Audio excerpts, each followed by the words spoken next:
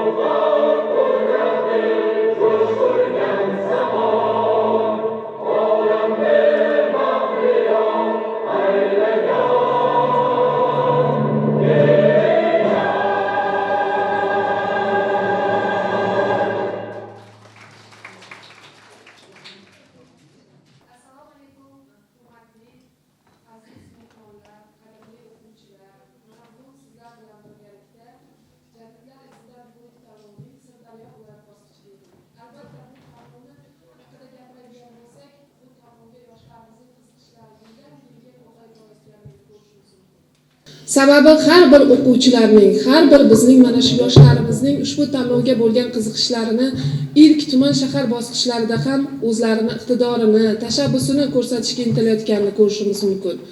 O'tgan yili ham mana shu tanlovning respublika bosqichida bizning bir nafar o'quvchimiz 10-sinf o'quvchimiz Guliston shahridagi 5-umumta'lim maktabdagi Bobur Mirzo Germaniya davlatida ta'lim sayohatida bo'lib keldi. U o'zining olam nimalari bilan, o'zining taassurotlari bilan keldi. Bugun mana shu jamoada, mana shu katta sahnada ishtirok etayotgan qadrli o'quvchi yoshlar.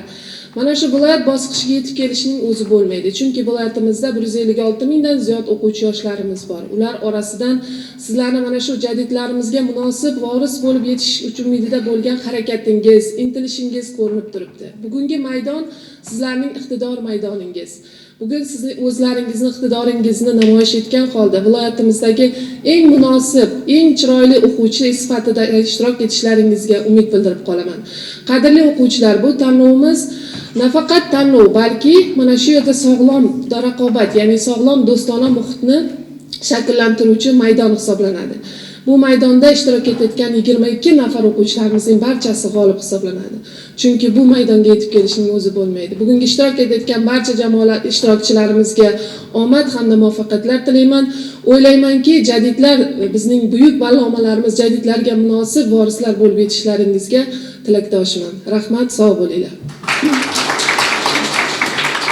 Hurmatli tadbir ishtirokchilari, bugun tadbirimizda Maktabgacha Maktab ta'lim vazirligining mas'ul xodimi bilan birgalikda hakamlar hay'atimiz ham ishtirok etishyapti. Albatta hakamlar hay'atini va vazirlikdan tashrif buyurgan aziz mehmonimizni tanishtirib o'taman. Hoshimov Laziz Matyoqubovich ishtirok etyaptilar bugungi viloyat tanlovimizda. Hakamlar hay'atining raisi Bahodir aka Karimov professor ustozimiz tashrif buyurganlar. Hamda professor filologiya fanlari doktori Obida opa Fayzullayeva ishtirok etyaptilar.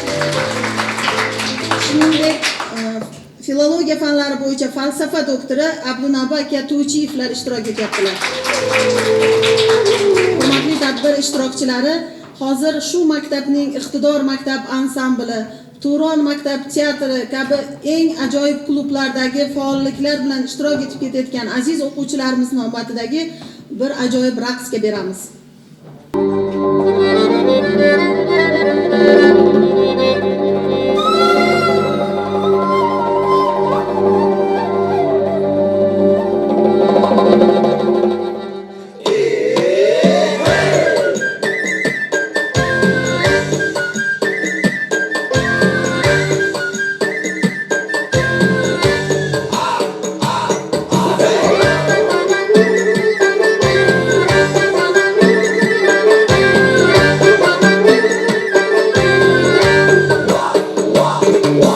Yarını kolunda çelek, Yarını kolunda çelek, su dolduran min helek, su dolduran min helek. yarını kolunda çelek, su dolduran min helek. Koşuna karşı yürüyen melek misin ah melek? Şayrab oldum nazlarına, nakışlı perdazlarına, aşkların şahzadesi duman. Bir ömürlük yar bulin, kuylada kumar bulin, Mecnun'la asıl zadesi durman. Kane gel kane.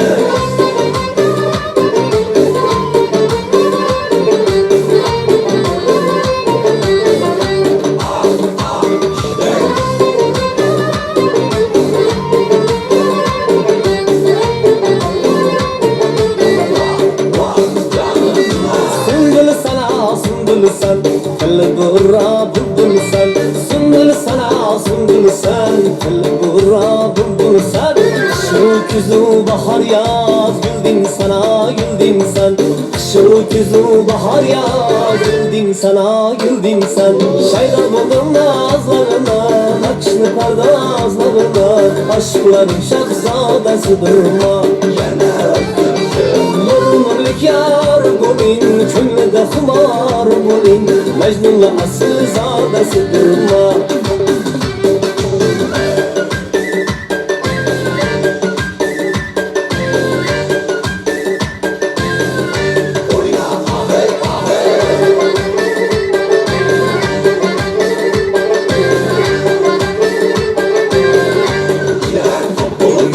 Yarın ledler encir, iki zülfler zencir.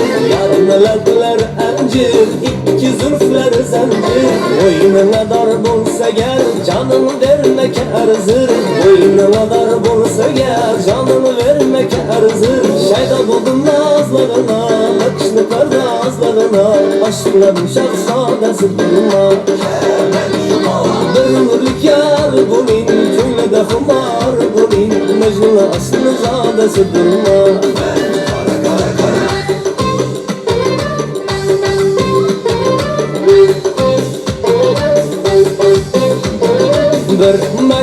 Bırmak, yarım dımgına bırmak. Bırmak, yarım dımgına bırmak. Aylanamam senin şu selinden hep elinden. Armalım yok sana yer dilinden hep elinden.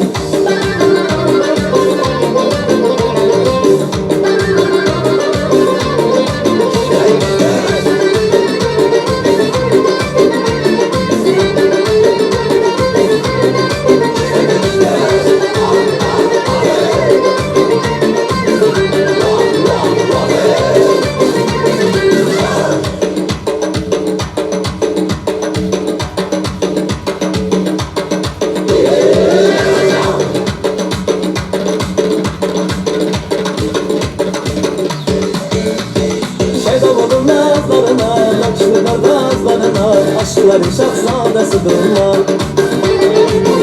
Bekar buning, ko'nglida xumor buning, Majnunlar asli zodasidirlar. So'zlar aylanib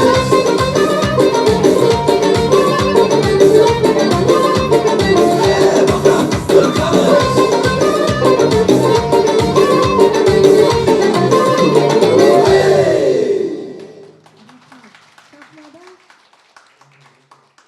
Dehqon bolalari folklor ansambli Jadidlar tanlovida, Jadidlar izidan tanlovining o'tgan yilgi 2024-yildagi respublika bosqichi g'olibi Bobirjonni davraga taklif etamiz.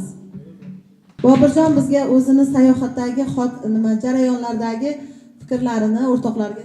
Assalomu alaykum, hurmatli ustozlar, aziz mehmonlar, bu yerda yig'ilgan barcha ishtirokchilar. Bugun barcha ishtirokchilarga viloyat bosqichida omad tilayman. Respublika bosqichiga qo'llanmani qo'lga kiritgan ikkita ishtirokchiga omad tilab, respublika bosqichida g'olib bo'lib, Germaniyaga ta'lim sayohati uchish uchun tilakdoshman. Germaniyaga 2025-yil mart oyida ta'lim sayohatida biz Humboldt universitetiga tashrif buyurdik. Humboldt universiteti talabalari 36 Nobel mukofotiga erishgan. Lomonosov International School, Lomonosov xalqaro maktabida bo'ldik. Bu yerda o'zimiz tengdoshlarimiz bilan fikr almashdik, muloqot qildik. O'zbekiston elchixonasida bo'lib o'tdik. Bizda Germaniya ta'lim sayohatida O'zbekiston diplomatlari hamroh bo'lishdi. Uzbekistan Students Union, O'zbekiston talabalari birlashmasida bo'ldik, tadbirda ishtirok etdik. Men bu o'zi O'zbekiston Students Union'da Amerika Qo'shma Shtatlarida, Buyuk Britaniyadagi an'analarni onlayn kuzatib turardim va o'zim Germaniyadagi Berlindagi tashkilotda ishtirok etdim. Yana biz Navro'z bayramida ishtirok etdik. Muzeylarga, kutubxonalarga tashrif buyurdik va mana shunday Germaniya ta'lim sayohatlari yutib olishlaring uchun tilakdoshman. Yoshlarga mana shunday imkoniyat yaratib beradigan muhtaram prezidentimiz Shavkat Mirziyoyevga va Maktabgacha maktab ta'lim vazirligiga o'z minnatdorchiligimni bildirib qolaman. Rahmat Bobirjon, o'ylaymizki, bugun mana shu tanlovdan albatta respublika bosqichi g'oliblari Sirdaryo viloyati sha'nini munosib himoya qiladigan eng sara yoshlarimiz yig'ilgan va bular o'z natijalari bilan bizni mamnun etadi. Hurmatli tadbir ishtirokchilari, aziz o'quvchilar, endi tadbirimizdagi shartlar jarayoni bilan birgalikda boshlaymiz. Hozir birinchi navbatda birinchi shart bo'yicha 6 va 8 sinf o'quvchilari o'rtasidagi jarayon bilan birinchi shartimizni boshlaymiz. Barchangizga xush kelibsiz deymiz. Barcha ishtirokchilarga omad tilaymiz. Jadidlar izidan tanlovida ishtirok etib, buni tayyorlanish orqali o'quvchilar o'zimizni jadidlar davridagi muhitni, sharoitni bilib va qanchalar qiyin muhitdan kelib chiqqanligini va hozir ular orzu qilgan mana shu vatanimizning tinchligini qadriga yetishni o'rganishadi. Jadidlar izidan tanlov orqali o'quvchilarda dunyoqarash kengayadi. Masalan, bu tanlov orqali Germaniyaga borish orqali xorijdagi yurtdoshlarimiz, o'zimiz tengdoshlarimiz bilan muloqotlar orqali dunyoqarash kengayadi. O'tgan yili men mazkur tanlovda ishtirok etib, Germaniyaga ta'lim sayohati yetib oldim va mana shu ta'lim sayohati menga bitta katta bo'lgan motivatsiya. Humboldt universitetida bo'ldik. Humboldt universitetiga yetishib chiqqan, professor bo'lib faoliyat yuritgan, Nobel mukofotiga sazovor bo'lgan Albert Einstein ham bo'lgan o'shada va o'sha faoliyat yuritgan joyga borish bu katta motivatsiya bo'ldi menga.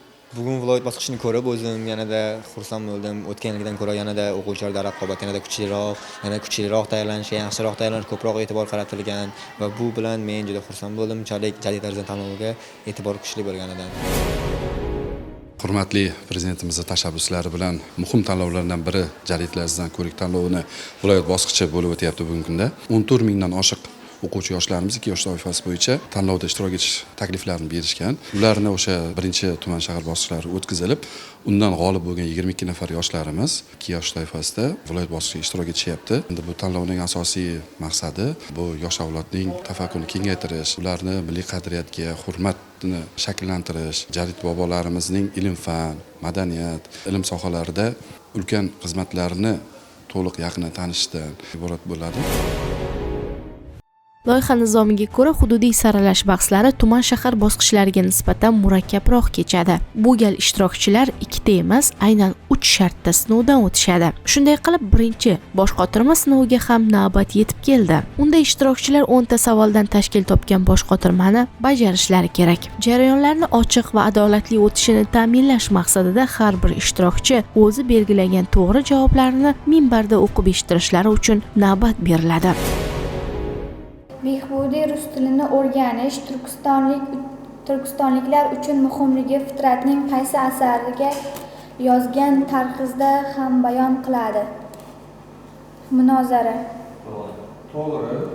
Bo'yiga G'ulom Zafariyning o'z davrida shuhrat qozongan o'zbek va jahon sahnasiga ko'p o'ynalgan, ammo asar matni nashr etilmagan musiqali dramasi Halima. To'g'ri. Avloniy adabiyot yoxud milliy she'rlar kitobida she'riy yo'sinda nimani u bir gavhari noyob o'lmas bitmas, u bir nuri ziyodur jilosi ketmas, u nuri ilohiy kishini xor etmas, u bir vaqt umr erur millatni marf etmas deya ta'riflaydi. Ilm. 7. Avloniy taxalluslaridan biri Surayyo. Cho'lpon asr tilini tarashlashni kimga o'rgatdim deydi Gorkiy. Fitratning til va imlo sho'basining dasturiy yo'nalishini belgilab bergan maqolasi nomi Tilimiz. Toshkentda Mergancha mahallasida dunyoga kelgan ijodkor Avloniy. Qani mehr, qani shafqat, qani tarbiya aftol, hamma aftolimiz behuda odatdir, iboratdir. Avloniy. Elbekning qaysi masalada boriga qanoat qilmasdan oxirida erkidan ayirgan hayvon haqida hikoya qilinadi. Ot ila odam. Turkiston viloyati gazeti nomini Najot deb qayta nomlagan shaxs. Munavvar qori. Mehrobdan chayon romanida boshchi so'zi qaysi qahramon ismi bilan yonma-yon keladi? Safar. Cho'lponning seni ko'p ko'rmasin hikoyasida daladan qaytayotgan beklar tomonidan otilgan obraz. Roziqjon. Mahbuba Rahim qaysi jadid bobomizning singlisi? Fitratning. G'ulom Zafariyning Padarkush dramasidan ta'sirlanib yozgan pyesasi Baxtsiz shogird. Ushbu she'riy parchaning muallifini toping. Na xo'rliq, na kasolat, doimo afkor biz millat. Hamma gul dasta qilsa, ne terarmiz biz millat. Avloniy. Behbudiyning Muntaxabi jug'rofiya umumiy darsligi qaysi fan haqida ma'lumot beradi? Geografiya. Behbudiya kutubxonasi ochilgan joy Samarqand. Munavvar qorining alifbo darsligi nomi Adibiyot. Chintemir Botir, Paxtaxon, Sayil va To'y pyesalari muallifi G'ulom Zafariy. Fitratning xayoliy hikoyasi Qiyomat. Ibratning asl ismi Is'hoqxon. Mana bugun Sirdaryo viloyatida katta bir bayram Jadidlar izidan nomli Respublika miqyosidagi ko'rik tanlovining viloyat bosqichi o'tkazilyapti. Bugun biz hakamlar hay'ati o'sha respublikadan kelgan adabiyotshunos olimimiz Bahodir Karimov boshchiligida Guliston davlat universiteti professor o'qituvchilari ham hakamlar hay'ati a'zosi sifatida qatnashyapmiz. Asosan o'quvchilar endi yosh toifasiga ham qaralyapti. Undan tashqari o'sha badiiy asarni, ayniqsa o'sha jadid bobolarimiz qalamiga mansub bo'lgan badiiy asarlar, deylik o'sha she'riy to'plamlar, she'r kitoblari, uni tarkibidagi she'rlar yoki o'sha nasriy asarlar, hikoya, roman qissalari jadid bobolarimizning yoki dramatik asarlari haqidagi tushunchalari ularning tahliliga qarab baholanyapti asosan. Masalan, obrazni qanchalik tushunadi ular, nazariy ma'lumotga egami, masalan, xarakter xususida yoki shakl mazmun xususida yoki asar kompozitsiyasi, konfliktlar yoki o'sha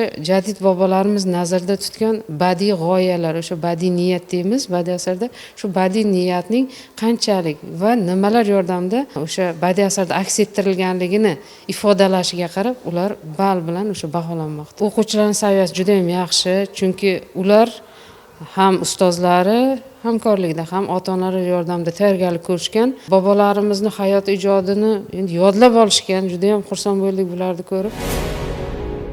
4. Cho'lpon ma'rifiy romanida keltirilgan ma'lumotga ko'ra, Cho'lponning hayotlik paytlari chiqqan 4 ta she'r to'plamlaridan biri bu Tong sirlari.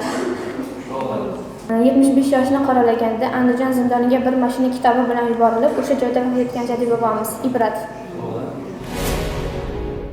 Is'hoqxon Ibrat To'raqo'rg'on va yana qayerda xalq qozisi lavozimida faoliyat yuritgan. 5-chi. Namanganda. Behbudiy sayohat xotiralarida Istanbulning Gulxana parkida qaysi tarixiy shaxs bilan uchrashib qolganini bayon qilgan Gaspirinskiy. G'ulom Zafariy 1917-yilning oxirlarida bo'lim muharriri bo'lib ishga kirgan jurnal nomi Ishchilar dunyosi. Ittihodiy taraqqiy tashkiloti qaysi tilda? Dastlab qaysi tilda yozilgan? Turk tilida. Ibratning kenja o'g'li Rotibxon. Avloniy faoliyat yuritgan Turon teatri truppasida sahnalashtirilgan birinchi asar Padarkush. Tanlov juda ham qiziq o'tyapti. Tayyorlanish jarayoni ham juda ham qiziq o'tdi. Men juda ham yaxshi tayyorlandim deb o'ylayman. Tuman bosqichi ham juda ham qizg'in bo'ldi, viloyat bosqichi ham albatta. Chunki u yerda hamma kuchli tayyorlangan, albatta raqobat kuchli bo'lmoqda hozir. Qiziqishim ko'proq Is'hoqxon To'ra Ibratga, Fitratga va Cho'lponga bo'ldi. Chunki ularning hayoti juda ham qiziq edi va ko'plab ishlar qilgan edi. Ta'sirli bo'ladi. Uning hayotlari, asarlari ham albatta juda ham ta'sirli, insonni ba'zida yig'latadigan, kerak bo'lsa kuldiradigan asarlardan biri edi. Tanqid saramoqda maqolasi muallifi Behbudiy. Jar munozara asari qaysi tilda yozilgan? Fors tilida. Mehrobdan Cho'yan romanida Sultonali safasiga qahramonlar kimning qochishiga yordam berdi? Anvarning. 7. Padarkush dramasiga boyning o'qimagan maishatga berilgan o'g'li Toshmurod.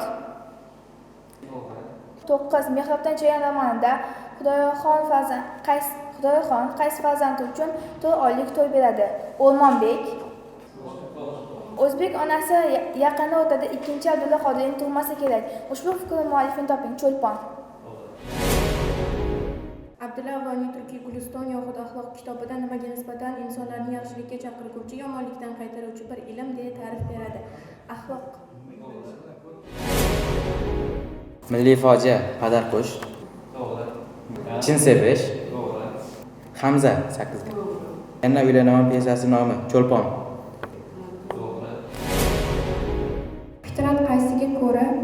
Fitrat qarashiga ko'ra operachilik yo'lida otilgan birinchi odam Halima va uning muallifi Odim.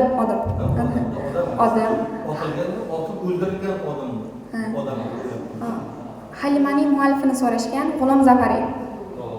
Behbudiy xotirasiga bag'ishlab yozilgan ushbu misralar muallifi kim? Amalimning yulduzi kim? Ko'z tikdi, qora jirkanch, o'lim qoni yerlarga. Cho'lpon. Abdulla Qodiriy taxalluslaridan biri. Julqunboy. 10. Munavvar qor tug'ilgan mahalla nomi. Darxon. Avloniy ijodi qo'linga bir kuni Muhri Sulaymonni berur, Shahodatnoma-yu Firdavsiy G'ilmonni berur deya nazarda tutilgan joy maktab. Qozoq millatiga qarata birlashishga da'vat etib, bir dasta tayoqni hech kim sindira olmasligini, agar aksi bo'lsa har kim sindira olishi mumkinligini o'z maqolasida ifodalagan Jadid Behbudiy.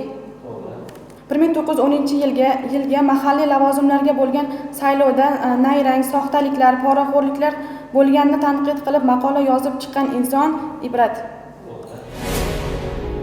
Bo'yiga Munavvar qori Abdurashidxonov ochgan maktablardan biri namuna. Fitratning Turkiyaga borgan yillarida fors tili publistika ruhda yozilgan asar Munozara. 7-savol. Abdulla Avloniy o'z she'rlarini chop ettirishda qo'llagan taxallus Hijron. Behbudiy kutubxonasi ochilgan joy Samarqand. Eniga 2-savol. Kim tarafidan yaratilgan bog'ni haligacha qishloq aholisi Gulbog' deb atab kelishadi? Ibrat. 8-savol. Tanlanmagan, yiqilmagan yer yo'q, go'daklar nayza boshida. Ushbu epigraf qaysi ijodkorning she'ri uchun olingan? Cho'lpon. Cho'lpon o'z ijodida belgisiz qabrningni qora tunlarda amalimning shamin yoqib izladim deya kimning qabriga aytmoqda? Behbudiy. Fitrat qaysi turkumida vatanni xayol, xotin xayoli qiyofasida ko'rganini, bunda xotin qiyofasi juda achinarli mudhish holatda ekanini ifodalaydi. Yurt qayg'usi.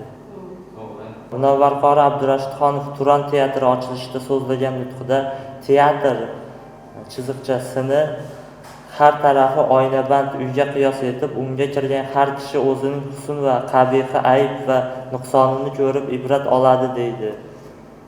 Sahna. Baxtsiz kuyov dramasi shariatga mos to'y qilish, ortiqcha chiqimlardan qochib isrofga yo'l qo'ymaslik haqida fikr bildirgan qahramon, Ellikboshi. Avloniyning 2 harfdan iborat imzosi. Ab. Behbudiyning adabiy til borasidagi qarashlari aks etgan maqola. Til masalasi. 4-si, ushbu she'riy parcha muallifi kim? Sening isming bu dunyoda muqaddasdir, har kim sening qadring bilmas, aqli pastdir. Sening tuyg'ung yuraklarga savdo solur, sening darding boshqa dardni tortib olur. Avloniy. Elbekning jonivorlar birligini buzilishi, yelkan bilan kema va ongli eshak singari ijod namunalari qaysi janrga mansub? Masal. Avloniyning 1917-yil bosib chiqilgan 2 she'ri bor. Bular Qutuldik va Yotma. Munavvar qori Abdurashidxonovning Avloniy bilan birgalikda ochgan jamiyati, Shuroi Islomiyya. Jami 60 ta she'rni ichiga jamlagan cho'lpon to'plami. Tong sirlari. Behbudiy Oyna jurnalida chiqqan maqolasida qayerning tarixini yozishda yosh muharririmiz Ahmad Zaki Validiydan umid qilamiz deb yozib qoldirgan. Turkiston. Eski maktablar xususida millatni kim isloh etar? Haq so'z maqolasi muallifi. Ibrat. Baxtsiz kuyov dramasida o'z joniga qasd qilgan 16 yoshli kelin Rahima. Ikkinchi shartda esa ishtirokchilardan bilet tortish orqali jadidlar hayoti va ijodiga doir 5 savolga javob berishlari talab etilgan. Bu bosqichda o'quvchilar jadidlar to'garagida egallagan bilimlarini yana bir bor namoyon qilishadi. Uyg'onish to'plamiga kiritilgan she'rlar, uyg'onish to'plami ichiga Cho'lpon Abdulhamid Cho'lpon jadidlar bobolarimizdan biri bo'lgan Abdulhamid Cho'lponning she'rlari ham kiritilgan. Ular go'zal she'ri, uyg'onish, xayoli, po'rtana nomli she'rlarini bilishimiz mumkin kiritilgan. Uyg'onish she'riy to'plamiga kiritilgan Cho'lponning she'rlari vatanparvarlikka qaratilgan mavzularda yozilgan she'rlar hisoblanadi.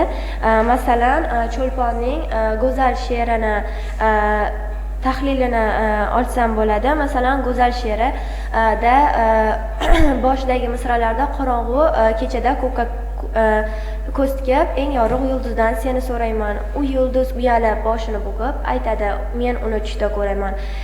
Tushda ko'ramanki shunchalar go'zal, oydan-da go'zaldir, kundan-da go'zal degan misralarni ko'rishimiz mumkin.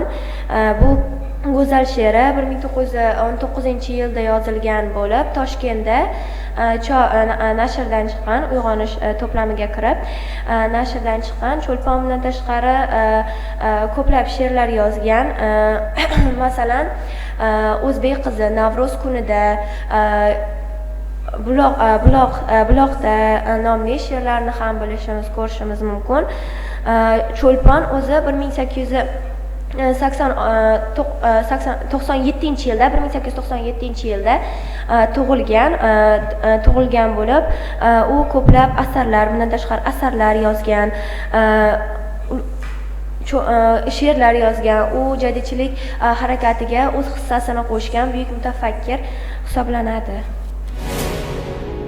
Turkiy Guliston yoxud axloq Abdulla Avloniyning qalamiga mansub bo'lib, 1913-yildan 1917-yilga qadar 2 marta nashr etilgan. Bu Turkiy Guliston yoxud axloq asarida yomon xulqlar, yaxshi xulqlar bo'limlari mavjud. Bunda yaxshi xulqlar asarida axloq, tarbiya, ilm, hilm va boshqa xislatlar haqida aytilgan. Uning axloq deb axloqni barcha xulqlar jamlanmasiga aytiladi va bu asarda axloqqa shunday baytlar kiritiladi. so'zlasang so'zla yaxshi so'zlardan, bo'lmasam jim turmog'ing elov yaxshi. O'ylasang o'yla yaxshi so'zlardan, bo'lmasam gung bo'lmog'ing elov yaxshi degan misollar uchraydi va tarbiyani Abdulla Avloniy ikkiga bo'ladi. Boshlang, davom eting qizim. Va tarbiyani ikkiga bo'ladi. Bularga uy tarbiyasi va maktab tarbiyasi. Uy tarbiyasida ota-ona, uning opa-singillari shug'ullanishi va maktab tarbiyasi muallimlar, o'qituvchilar shug'ullanishini aytib o'tadi va tarbiyani ham o'ziga birikta qismlar bor. Bularga badan tarbiyasi, fikr tarbiyasi. Badan tarbiyasi bu insonlarni sog'lomligi, insonlar agar sog' salomat bo'lsa, o'rgatishga, o'qishga, o'rganishga kuch-quvvati bo'lishini va fikr tarbiyasi esa inson har doim o'qishi, izlanishini aytib o'tadi va bunda ilm bu insonni ziynati, chunki noyob gavhar deb aytadi. Ilm har doim insonni yuksaltirishi va unda yuksaltirishi va hech qachon faqatgina adolatga olib borishi va hech qachon yerda qolib ketmasligini aytadi. Va hilm deb dovyurak, salga jahl ko'tarmaydigan va sher yurak. Bu tanlov menga begona emas. O'tgan yil ham qatnashganman. Bosh xotirmadan yaxshi ball bo'lgan-ku, lekin o'rin ola olmaganman. Bugunda hamma asarlarni topib, o'qib, birinchi bosqichdan 14 ball, ikkinchi bosqichdan 35 ball olib, hammadan yuqoriroq o'rinda turibman. Maqsadim Germaniyaga borib, ta'lim safarida Germaniyani aylanib kelish. Bu yo'lda menga yordam berayotgan maktabimiz ma'naviyatchisi, fan o'qituvchimga katta tashakkur bildiraman. Tayyorgarlik jarayonida ko'proq ahamiyat berganim yozuvchini yozgan asarlari va qaysi yillarda nima ish qilgani, keyin katta asarlarda ularni syujetidan ko'proq asl ma'nosi, tub ma'nosini o'rganish bo'ldi. Jadidlar men uchun ma'rifatchilikka intilgan ziyoli kishilardir. Menga hayoti ko'proq yoqqan jadid Munavvar qori Abdurashidxonov, lekin hayotini o'qiganimda ta'sirlanib yig'lashgacha bor ekan jadidim Mahmudxo'ja Behbudiy, chunki u millatining yo'lida o'z millati tomonidan qatl qilingan. Biz bu tanlovda qatnashish uchun juda ko'plab asarlarni o'qidik. Bu asarlarni o'rganish davomida biz beixtiyor o'zimizni tariximizni o'rgandik. Va tarixini bilgan odamning kelajagi porloq bo'ladi. Maqolalar tahlili. Mahmudxo'ja Behbudiyning Bizni hollar va ishlar maqolasida o'sha davrlarda bilamizki, Turkiston o'lkasi Rossiya imperiyasiga qaram bo'lgan. O'sha paytda ketayotgan ishlar, jarayonlar, o'sha davrdagi hollar, ya'ni mustamlakada insonlarga o'tkazilayotgan jabr sitamlar, keyin esa jadidlarning ozodlik, hurriyatga erishish uchun qilinayotgan ishlari yoritib berilgan. Har millat o'z tili ila faxr etar maqolasi. Jadidlar hurriyatga erishish yo'lida tilni juda katta ahamiyati borligini ta'kidlab o'tishgan. Bizning o'sha davrlarda turkcha, o'zbekcha tilni juda ko'p asarlari, maqolalari ila Birinchisida o'zi turkistonlik qarindoshlarimizga degan ma'nodagi o'sha she'r bilan boshlanadi, yoki bo'lmasam tormor etding degandagi aynan Hamza Hakimzoda Niyoziydan tashqari yoki bo'lmasam boshqa jadidlarimizda ko'rishimiz mumkinki, barchasida o'sha vatanga bo'lgan muhabbat yoki bo'lmasam Turkistonning aynan jaholat ichida qolganligi haqidagi aytib o'tilgan she'rlar majmuasi hisoblanadi. Ya'ni Turkistonlik, misol uchun, dardi davo istamasdi degan. Bunda barcha o'sha turkistonlik xalqlarimizning ayanchli ahvolda ekanligi-yu, hattoki o'zlarining o'sha qilgan mehnatlari yoki bo'lmasam o'zlarining ilm salohiyatlarini to'g'ri talqin qila olmasligi, aynan o'sha davrdagi mana bu rus tuzumi kirib keladi-yu, ana shu rus tuzumiga deyarli qul vazifasini bajarayotganligida ko'rishimiz mumkin. Aynan undan tashqari o'sha qarindoshlarimizga deb, hattoki o'sha Niyoziydan tashqari boshqa jadidlarda ham ko'ramiz. Aynan Niyoziyda ham shuni ko'rsatib beryapti. Qizil gul to'plami va yana boshqa oq gul yoki bo'lmasam atirgul to'plamlarida barchasida o'sha Turkiston tarixidagi Misol uchun yashaylik, yashaylik, Turon degan o'sha she'ri bor. Ya'ni barchasi o'sha Turonga qaratilib gapiradi majoziy ma'noda, lekin aslida o'sha Turon zaminida yashayotgan barcha odamlarga qaratilib o'sha zamindagi ilmga bo'lgan ehtiyojlarni yanada kuchaytirish bo'yicha o'sha olib borgan bir qancha go'yoki men buni da'vat sifatida ko'rdim. Ya'ni o'sha yerdagi xalqning borgan sari jaholat botqog'iga botib borayotgan ekanligi, lekin o'sha Niyoziy aynan mana shu jaholat botqog'iga botgan insonlarning orasidan bosh ko'tarib chiqib, nafaqat o'zi, nafaqat yoki bo'lmasam yaqin atrofidagi odamlar, balkim barcha Turkiston zaminidagi, Turon zaminidagi odamlarni ilm olishga yoki bo'lmasam johillikdan chetlashishga chorlayotganligini ko'rishimiz mumkin. Undan tashqari mana shu ilmdan tashqari yoki bo'lmasam bir qancha ma'noda o'sha maktablar yoki bo'lmasam odob axloq borasida ham yozgan o'sha jadidlarimiz mavjud. Ya'ni bunda ham insonning birinchi o'rinda o'sha ilmga bo'lgan ehtiyoji-yu, aynan mana shu ilm bu Turkiston xalqini faqatgina ilmgina mana shunday botqoqdan tortib chiqarish mumkinligi haqida bayon qilingan desam mubolag'a bo'lmaydi. Aynan buni ko'rishimiz mumkin. Barchasi, misol uchun yashil gulda ham yoki bo'lmasam oq gulda ham yoki bo'lmasam atir gulda ham barchasini umumiy olib qaraydigan bo'lsak, ilm mavzusi birlashtirib turibdi. Hamma she'rlarda o'sha insonni ziyoli bo'lishga chorlaydigan yoki bo'lmasam o'sha aynan johillik botqog'iga botib borayotgan Turkistondagi ikkiyuzlamachilik yoki bo'lmasam o'sha g'iybatga ayni davrdagi umumiy qilib olib qaraydigan bo'lsam, o'sha siyosiy vaziyatdan kelib chiqqan holda ilmga, savod chiqarishga bo'lgan ehtiyojlar kamayib ketayotganligi-yu, lekin uni nimadir natijaga erishmoqchimisiz yoki bo'lmasam o'sha nimadir rivojlanish qilmoqchimisiz? Albatta o'sha Turon zaminiga qarata aytadi. O'sha ilm olish yoki bo'lmasam o't ol Turkiston degan nom ostidagi she'r ham bor. Yoki bo'lmasam jonlarning jononi vatan degan she'r ham bor. Buning ichida, Qizilgulning ichida aynan mana shu jonlarning jononi vatanida ham aynan faqatgina ilm emas, balkim o'sha Turkistonni chin dildan sevish, aynan o'sha hattoki jonimizning ham o'sha yuragimizning eng to'riga qo'yadigan bizning muhabbatimiz, pok sevgimiz aynan vatanga bo'lgan muhabbatimizgina bo'lishi mumkinligi tasvirlab berilgan. Yoki bo'lmasam o't ol Turkistonda ham aynan bu ham Turkiston xalqidagi bir qancha o'sha kamchiliklar mavjud. Baribir o'sha davrdagi bir qancha o'sha rivojlanishlar bo'ladi-yu, lekin Turkistonning orqada qolishi sababli ham Niyoziy aynan mana shu mavzularni ilgari surib yozgan she'riy to'plamlari desam mubolag'a bo'lmaydi.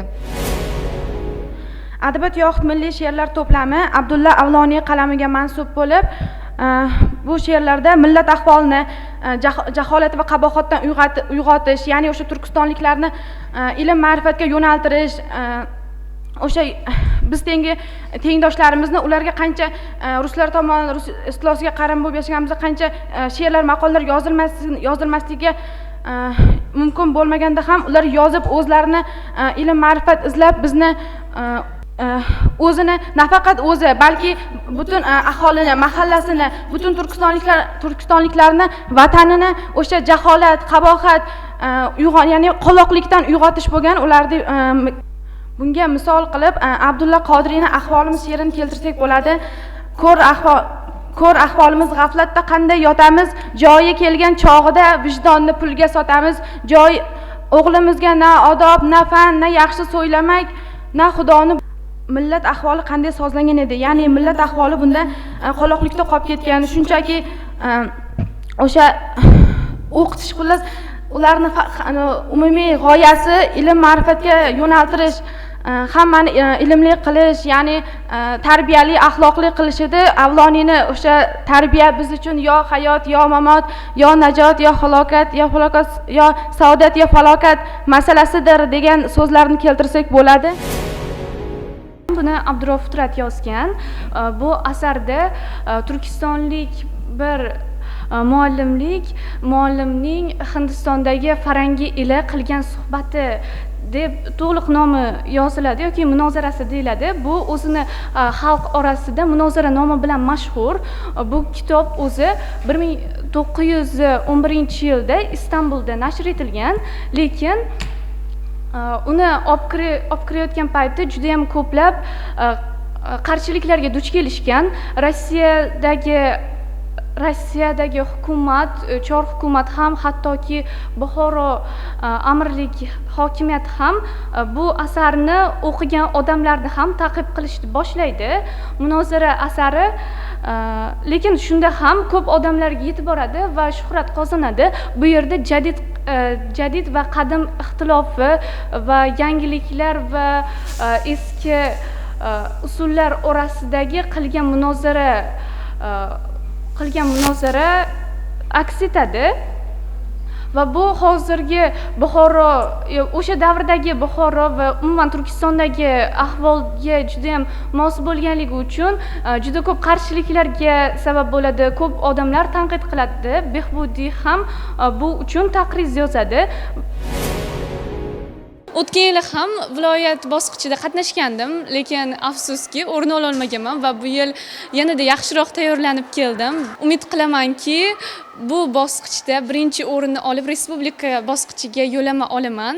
Jadidlar hayotini o'rganish va ularni tahlil qilish meni fikrlashimni juda ham o'zgartirib yubordi. Shu kungacha men o'zimni kelajagim uchun, o'zim uchun nima qilaman deb yashar edim. Jadidlar izidan tanlovda qatnashishni boshlaganimdan beri vatanim uchun, millatim uchun nima qilaman degan o'y bilan yashayapman. Mazkur tanlovni tashkillashtirishda tashabbuskorlik ko'rsatgan prezidentimizga minnatdorchilik bildiraman. Bizga bu berilayotgan imkoniyatlar va boshqa mukofotlar bizni yanada ruhlantiradi, harakat qilishga undaydi. Va men ham shuni harakatedaman va Germaniyaga sayohat yo'llanmasini qo'lga kiritishni rejalashtirganman. Abdulfayzxonning qo'shinlari Ulfat va Davlat onalari bo'ladi. Davlat qo'rboshchisi bo'ladi, Ulfat otaliq bo'ladi. U Abdulfayzxonni Hakimbiy degan otalig'i bo'ladi. Abdulfayzxon o'zini akasini o'ldirib taxtga chiqadi beklar orqali. Keyinchalik unga davlatni boshqarish haqida fikr bildirgan har qanday odamni yashirincha yoki oshkora o'ldirib yuboradi. Uni ikkita o'g'li bo'ladi. Kattasining ismi Abdulmo'minxon bo'ladi. 15 yoshlar atrofidagi, kichkina o'g'lining ismi keltirilmagan. Abdulfayzxon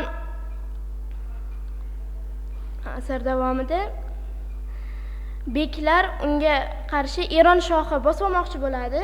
Buxoroni bosib olmoqchi bo'lganda, Nodir shoh bosib olmoqchi bo'lganda, beklar aytadi, bizda Buxoroda unaqa kuchli yo'q, qo'shin yo'q. Biz qutqarishimiz uchun unga taslim bo'lishimiz kerak. Shunda xalqni omon va sog' holda asrab qolamiz deydi. Hakim Nodir shoh bilan Hakimbiy muloqotaga kelishadi, sulh qiladiki, men senga Buxoroni bosib olishda yordam beraman, evaziga sen meni o'g'limga Buxoroni berasan deydi. Bo'pti, men senga Buxoroni beraman deb kelishuv qiladi. Men faqat Xivani bosib olishim kerak bo'ladi. O'g'ling menga qo'shinimda qo'shilib yuradi va menga yordam beradi. Qo'shinimda harakat qilib, meni boshqaruv tizimimni o'rganadi. Keyin men unga Buxoroni o'tkazib beraman deydi. Keyin kelishuv bo'ladi. Abdulfayzxon bilan o'g'li bilan kelishadiki, Abdulfayzxonni menga jonini tirik holda olib kelib berasizlar deydi. Abdulfayzxonni ular qamab qo'yishadi. Hamma ish tinchigandan keyin Abdulfayzxonni qamab qo'yishadi. Undan keyin Nodir shohni suiqasd bo'lgani uchun Abdulfayzxonni oldiga jallodlarni kirgizib, qamoqdagi holida 5 ta jallodni kirgizadi. Bizga o'g'ling buyurdi, seni o'ldirishdi deydi. Keyin uni o'ldiradi. Undan oldin ana keladi Ulfat.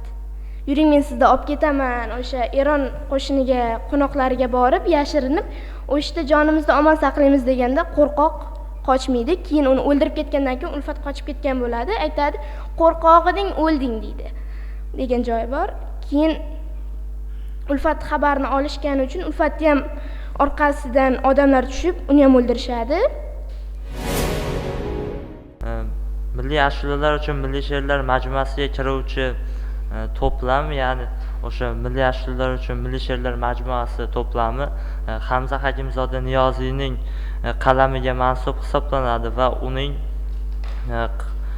birinchi juz Qizil gul to'plamiga kirgan she'rlar misolida juda ham ko'plab milliy uyg'onish g'oyalarini tahlil qilsa bo'ladi. Masalan, milliy uyg'onish g'oyalarini o'sha davrdagi juda ham insonlarga yetishmagan nuqtai nazar hisoblanadi. O'sha paytdagi insonlarning milliy ongi, milliy uyg'onish uchun hali tayyor bo'lmagan hisoblanadi. O'sha davrdagi jadidlar esa ularni uyg'onish sari yetaklagan insonlar hisoblanadi. Milliy ashulalar uchun milliy she'rlar majmuasida juda ham ko'plab she'rlar mavjud bo'lib, ularda asosan milliy uyg'onishga, ilmni insonlarga tatbiq qilishga va boshqalarni milliy ongini rivojlantirishga qaratilgan she'rlar yozilgan hisoblanadi. Milliy uyg'onish g'oyalari uning birinchi juz Qizil gul to'plamidagi she'rlarda asosan mujassam etilgan hisoblanadi. Milliy uyg'onish g'oyalari o'sha davr uchun muhim bo'lgan qismlardan hisoblanadi va Hamza Hakimzoda Niyoziy o'zining milliy ashulalar uchun milliy she'rlar majmuasida buni ko'rsatib o'tadi va barchaga tatbiq etadi. O'sha milliy uyg'onish g'oyalari o'sha davrdagi insonlarning uyg'otish maqsadida yozilgan hisoblanadi. O'sha davrdagi jadidlarning ham asosiy maqsadi ozodlik uchun, hurriyat uchun erishish uchun juda ham ko'plab she'rlar, milliy uyg'onish g'oyalarini aks etgan she'rlar yozilgan hisoblanadi. Bulardan Abdulla Avloniyning she'rlari asosan o'sha adabiyot yoxud milliy she'rlar asarini ham misol keltirsak bo'ladi. O'sha asarda juda ham ko'plab hurriyat, milliy uyg'onish haqidagi mavzularda she'rlar mavjud. O'sha she'rlardan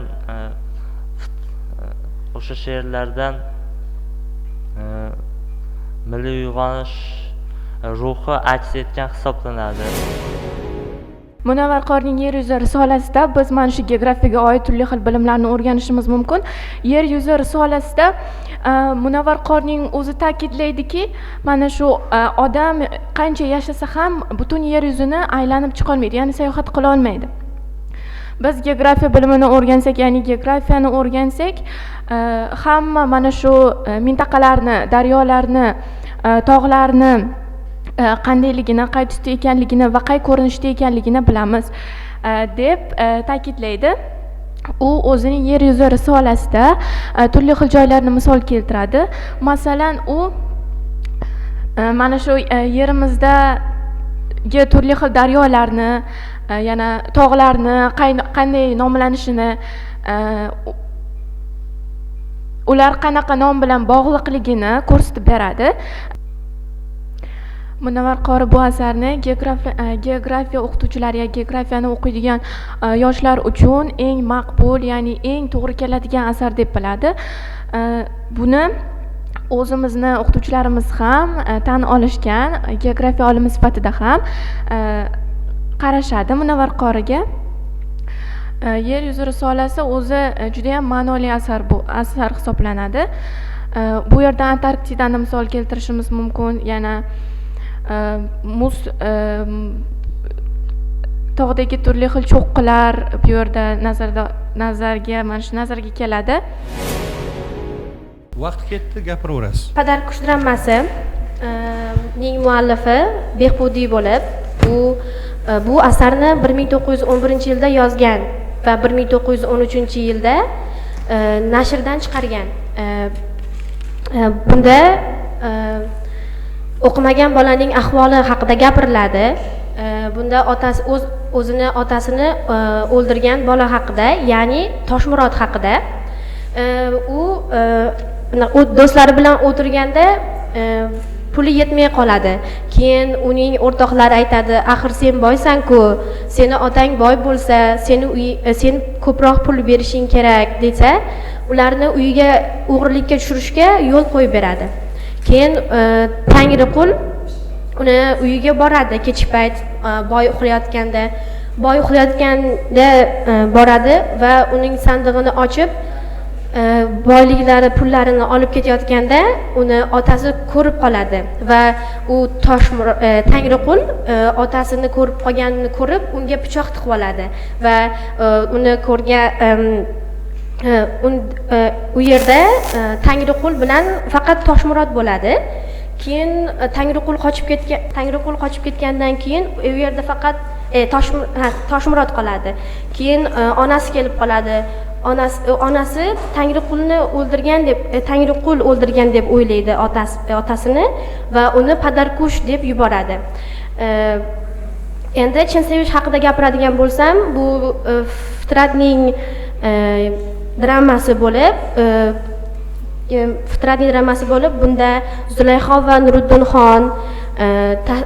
xon, Rahmatulloh xonlar tasvirlanadi. Bunda ayniqsa chin sevish dramasining yakunida Zulayhoning Rahmatulloh xonga qarata men sendek vatan xoini emasman. Hatto bu yo'lda, vatanimni qutqarish yo'lida hatto jonimdan ham ketishga tayyorman degan so'zlari bizni beixtiyor yurtparvar qilishga undaydi. Bu yerda Nuriddin xonni vatanparvar, vatanini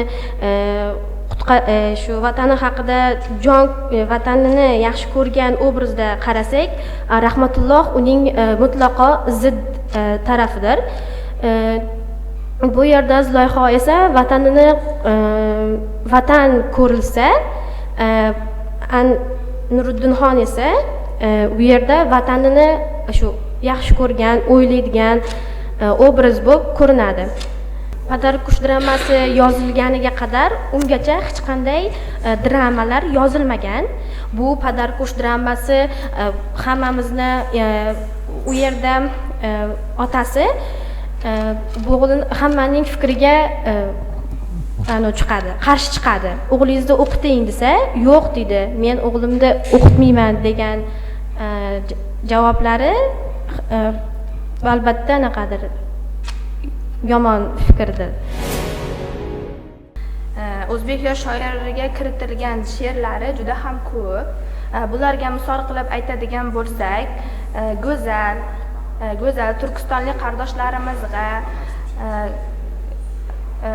undan keyin Go'zal Turkiston kabi she'rlari bor. Misol uchun Go'zal Cho'lponning menga eng ko'p yoqqan she'ri bu Go'zal degan she'ridir. U shunaqa chiroyli yozilganki, uni ta'riflashga tillar ojiz. Unga bir bayt aytsam bo'ladimi?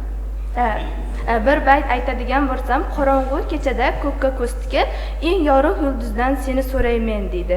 Bu she'r juda ham ajoyibki, bu she'rni o'qigan inson mazza qilib miriqib o'qiydi va bu go'zal she'ri bu she'r Toshkentda va 1919-yilda nashr qilingan. Undan keyin turkistonlik qardoshlarimizga she'ri esa Andijonda va 1914-yilda nashr qilingan. Undan keyin o'zbeklar ham Turkiston kabi she'ri 1917-yil Qo'qonda nashr qilingan. Bu she'r ham go'zal she'ri kabi juda ham ajoyib yozilgan. Bunga yana misollar qilib aytadigan bo'lsa, Kleopatra uyqusi kabi she'rlari ham bor. Abdulhamid Cho'lponning. Abdulhamid Cho'lpon bu she'rida Kleopatra uyqusi 1921-yil Buxoroda nashr qilingan. Va bu she'r va bundan tashqari uyqu degan she'ri ham bor. Bu ham 1921-yilda nashr qilingan. Men o'qigan kitobda uning she'rlarining soni 121 ta she'rlari. She'rlar 121 taga teng. O'zbek yoshlarga undan keyin Cho'lponning yana Uyg'onish, Buloqlar kabi she'rlari ham bor. Cho'lponning ilk she'rlari Uyg'onish 1923, Buloqlar 1926, Tong sirlari 1929 va shunga o'xshagan she'rlari bor. Yurt qayg'usi sochma she'rini tahlilini qilib bermoqchiman. Ushbu asarning muallifi bo'lmish Abdurauf Fitrat 1886-yilda Buxoroda dunyoga kelgan. Uning adabiy taxallusi mijmar bo'lib, u cho'g'don xushbo'y narsalar solib turuvchi cho'g'don degan ma'noni anglatadi. Yurt qayg'usi sochma she'ri 3 ta sochma va bitta she'rdan iborat. Birinchi she'rida u aytadi: "Onam seni qutqarmoq uchun jonmi kerakdir, nomusmi, vijdon birla ormi kerakdir" deydi. Ushbu misralar orqali biz bilishimiz mumkinki, u onasi sifatida vatanni tasvirlab o'tadi. Uni erkinligini erkinligini xohlaganimizda unga hamma narsa tayyorligini bildirib o'tadi. Keyingi she'rimiz bu, keyingi sochmamiz bu bir o'zbek tilidan bo'lib, unda bir ayol tasvirlanadi.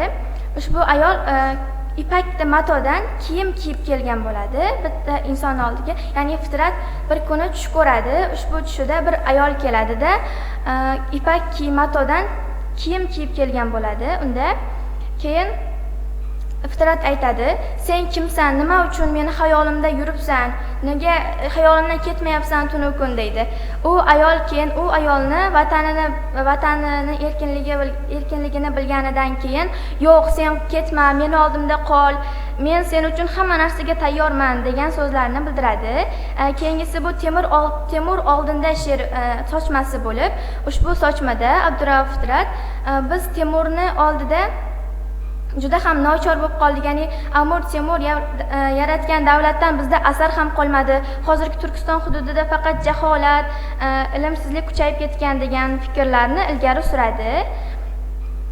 Ushbu sochmadagi sochmalar albatta bugungi kunda ham o'z ahamiyatini yo'qotmagan bo'lib, insonni o'ylashga, hozirgi zamonda prezidentimiz vatanimizda qanday yaxshi sharaflar ila boshqarayotganini fikrlashga, oldingi Turkistonni ahvolini o'ylab fikrlar bildirishga undaydi. Keyin ushbu sochmadan biz bilishimiz mumkin, Fitrat juda ham qayg'uga botgan holatda bu sochmani yozadi. Ya'ni Temur bizda aytadi birinchi she'rida, bizda Temurni, Chingizni qoni bor deydi bizda. Ya'ni ularni qonlariga munosib holatda biz agar fikr yuritsak, ulardek kabi davlatimizni shakllantira olsak, albatta biz erkinlikka erisha olamiz deydi. Albatta Fitratning umumiy asarlari, Fitratning hamma asarlari ham albatta insonni o'ylashga, fikrlashga va erkinlikning qadriga yetishga undab kelgan asarlar hisoblanadi desak mubolag'a bo'lmaydi. Fitratning sochmalaridan yana bittasi Temur oldinda o'zbek. Yurt qayg'usi esimga keldi. Yurt qayg'usi deb nomlanadi. Unda shoir biz o'zimizni avlodlarimizga mos munosib vorislar bo'lishimiz kerak deya ta'kidlaydi. Chunki bizni avlodlarimiz kimlar? Ular Amir Temur, Chingizxon, shunga o'xshagan shaxslar deydi. Ular qanchalik kuchli davlat tuzgan, lekin biz ularchalik kuchli davlat tuza olmayapmiz. Turkiston bu o'zini Rossiya mustamlakasi oldida qiynalyapti. Ammo Amir Temur davrida shunaqa gullab yashagan davlat bo'lganki, hatto Yevropa davlatlarida ham bizga kelgan degan fikrlar bor. Sharhim shulardan iborat edi. Hammaga kattakon rahmat. Bellashuvning so'nggi hal qiluvchi shartiga ham start berildi. Unda ishtirokchilar insho yozishlari talab etiladi. Belgilangan vaqt davomida mavzuning mazmun mohiyatini to'liq ochib bera olgan o'quvchilargina ushbu shartda yuqori ballga sazovor bo'lishadi. Men bugungi tanlovga Xovos tumanidan tashrif buyurdim. Ushbu tanlov menga begona emas. Bu yil o'z bilimlarimni, omadimni sinab ko'rish niyatida ushbu tanlovda qatnashdim. Xovos tuman bosqichida birinchi o'rinni oldim. Jadidlar izidan tanloviga men ota-onamning ko'magi ostida ustozlarim, o'qituvchilarimning yordami bilan tayyorgarlik ko'rdim. Tuman bosqichida ham yaxshi o'rinni egallashimning katta sababchisi bu ustozim, ota-onam. Tayyorgarlik jarayonida Abdulla Qodiriyning, Abdurauf Fitratning, Mahmudxo'ja Behbudiyning hayoti, yozgan asarlaridagi axloqiy tarbiyalari juda ham ta'sirlantirdi. Ularni maroq bilan o'qidim, ta'sirlandim, o'zimga axloq, tarbiya kabi yaxshi xulqlarni angladim.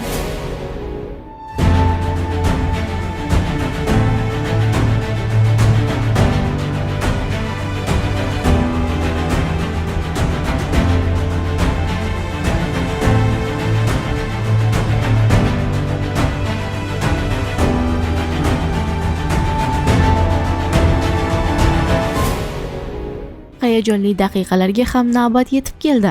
Unga ko'ra 6-8 sinf toifasida birinchilikni Guliston tumanidan ishtirok etgan E'zoza Abduazizova qo'lga kiritgan bo'lsa, 9-10 sinf toifasida esa yana bir Guliston tumanining salohiyatli o'quvchilaridan biri Rayhona Anorboyeva g'olib deb topildi.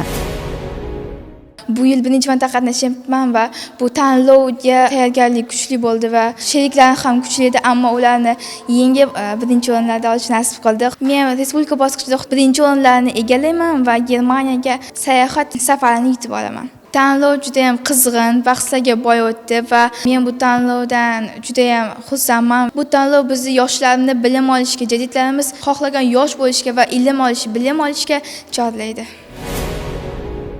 Hozir har bitta qatnashuvchini nechinchi o'rinda olgandan qat'iy nazar qaraydigan bo'lsak, har bitta o'quvchining demak yuzida o'sha xursand har bittasi prezidentimiz tarafidan mana shu yoshlarga yaratib berilayotgan sharoitlar sababli ham aynan jadidchilik o'tgan asrda qay darajada sa'y-harakatlar qilganligini tushunib yetmoqdamiz. Undan tashqari har bitta o'sha bilim bor odam kerakli sovrinlar bilan mukofotlanganligi har bitta o'sha ishtirokchini xursand qildi desam adashmagan bo'laman. Ikkinchi o'rinmi, birinchi o'rin yoki uchinchi o'rin hech qachon ahamiyati yo'q. Muhimi mana shu bilim olganim yoki bo'lmasam sovg'alarning ham ahamiyati yo'q. Muhimi mana shu prezidentimiz yoshlarga bo'lgan e'tibori, mana shunaqangi tanlovlarda o'tkazayotganligi yoki bo'lmasam yanada bittagina tanlovga qatnashish orqasidan men o'nlab yoki bo'lmasam yuzlab bilimlarni orttirdim desam to'g'ri bo'lgan bo'ladi. Yanagi yili 10-sinfda birinchi o'rin bilan viloyatda chiqib, respublikada ham birinchi o'rin bo'lib, Germaniyaning eng mashhur joylariga borib sayohat qilishni reja qilganman. Endilikda loyihaning 2 nafar g'olibi respublika bahslarida ishtirok etib, Sirdaryo viloyati sharafini munosib himoya qilishadi. Biz esa mana shunday ilmli o'g'il-qizlar safini kengaytirayotgan loyihaning hududiy bosqich tafsilotlarini batafsil yetkazib boramiz.